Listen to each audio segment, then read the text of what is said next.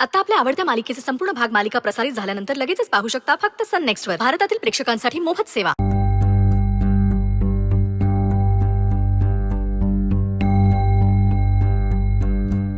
यार हे असं अचानक काय झालंय गौरीजींना?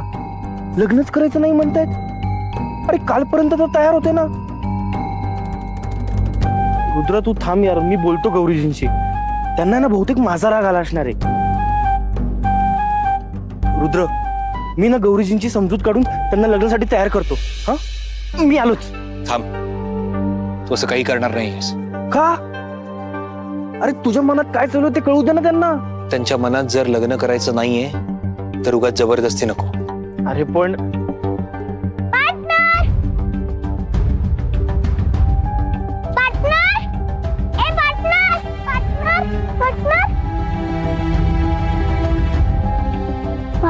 पार्टनर सॉरी, मी तुझं प्रॉमिस नाही पाळलं.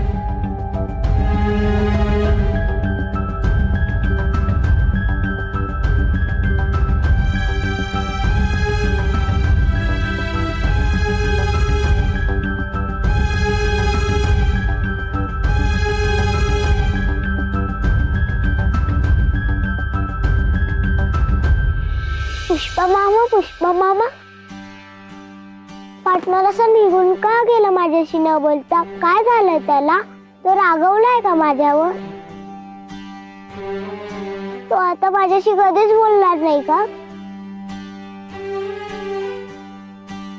का नाही बोलणार तुझ्याशी? तो नक्की बोलेल. तसंही तो तुझ्यावर नाराज नाहीये. मग कोणावर आहे?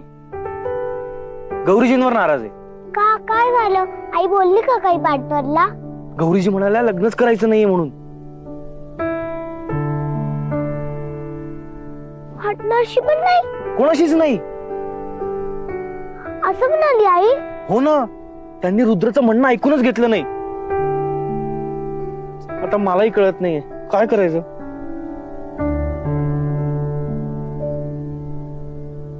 पुष्पा बाबा घाबरू नको. भीती आहे, टेन्शन नाही.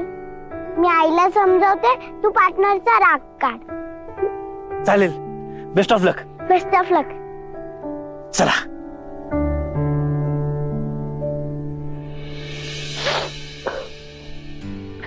हद्द झाली आता.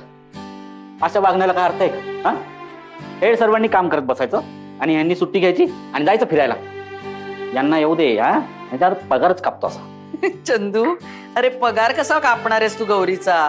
सासरी जाणार आहे ना ती, मग नवी मेड शोधावीच लागणार तुला. कसल्या सासरी?